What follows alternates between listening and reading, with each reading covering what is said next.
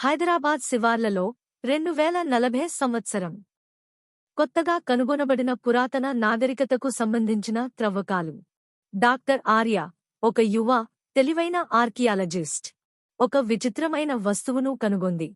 అది ఒక చిన్న, నునుపైన లోహపు గోళం, దానిపై తెలియని భాషలో లిపి ఉంది. ఆమె పక్కన, కొద్దిగా అనుభవం తక్కువ ఉన్న ఆమె సహాయకుడు, గోవింద్, 25, ఆ ప్రదేశాన్ని ఫోటోలు తీస్తున్నాడు. ఆర్య ఆ రాతి గోడలో కనిపించని ఒక లోహపు గోళాన్ని, మెటాలిక్ ఆర్బ్, గుర్తించింది. అది దాదాపు 3000 సంవత్సరాల నాటిదిగా కనిపించినా, దాని డిజైన్ మాత్రం అద్భుతమైన ఫ్యూచరిస్టిక్గా ఉంది.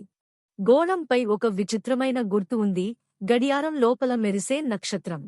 ఆర్య గోళాన్ని చేతిలోకి తీసుకున్న వెంటనే అది చల్లని శక్తితో మెరిసింది. ఆమె కళ్ల ముందు ఒక భయంకరమైన దృశ్యం మెరిసింది. భవిష్యత్తులో ఉన్న హైదరాబాద్ అంతా కలర్లెస్, ధ్వంసమైపోయి ఉంది.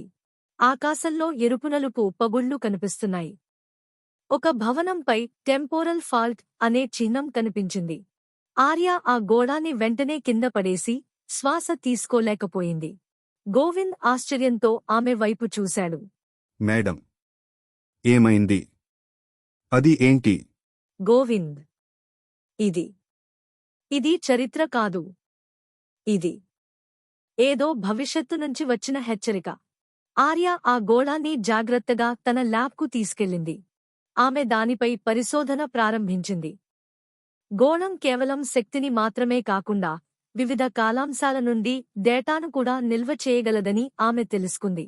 ఆ గోళం నిజానికి కాలపు ప్రతిధ్వని యంత్రం, టెంప్రల్ ఎకో డివైస్ అని, ఒక భవిష్యత్ నాగరికత నుండి వచ్చిన అత్యవసర సందేశం అని ఆమెకు అర్థమైంది.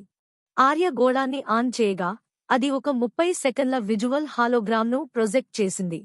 హాలోగ్రామ్లో 17వ శతాబ్దపు హైదరాబాద్ కనిపించింది. గోల్కొండ కోట, దాని చుట్టూ ఉన్న అందమైన ఒక యువకుడు, రాజా సూర్య, తన గోడలపై అదే గోళం గుర్తును చెక్కుతున్నాడు. అతడు భవిష్యత్తు గురించి ఆందోళనగా ఉన్నట్లు కనిపించాడు.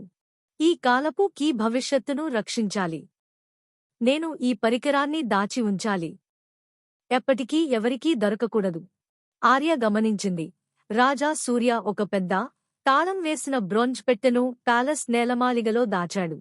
ఆ పెట్టెలో ఈ విపత్తును ఆపడానికి అవసరమైన కీ ఉండవచ్చు.